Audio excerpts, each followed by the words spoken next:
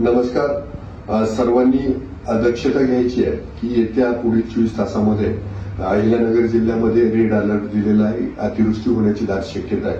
अकोल्यातील प्रशासन सजग झालंय. इरिगेशन डिपार्टमेंट मार्फत अकोल्याचा जो अगस्तीकडे जाणारा छोटा पूल आहे त्याला दोन्ही बाजूला बंद करण्यात येणार आहे.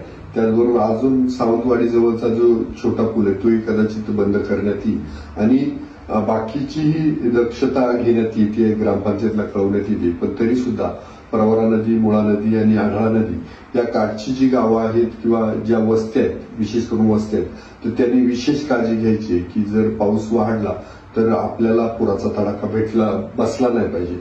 आणि शेतकऱ्यांनी पण जे बांध आहेत आपले फुटले नाही पाहिजे. त्यामुळे सांडव्यातून पाणी जी शेतीचा बांधाचा सांडवा असतो तर त्यातून पाणी कसा बाहेर जाईल आणि शेतीला नुकसान पोचणार नाही, पिकाला नुकसान पोचणार नाही याची पण काळजी घ्यायची.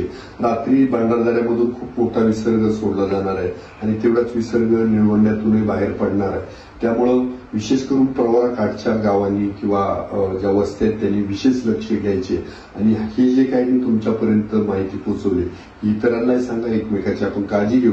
तसा काही बारका प्रसंग जर आला तर तुम्ही मला नक्की कळवू शकाल. मी आणि प्रशासन आपल्या मदतीसाठी आहे. धन्यवाद.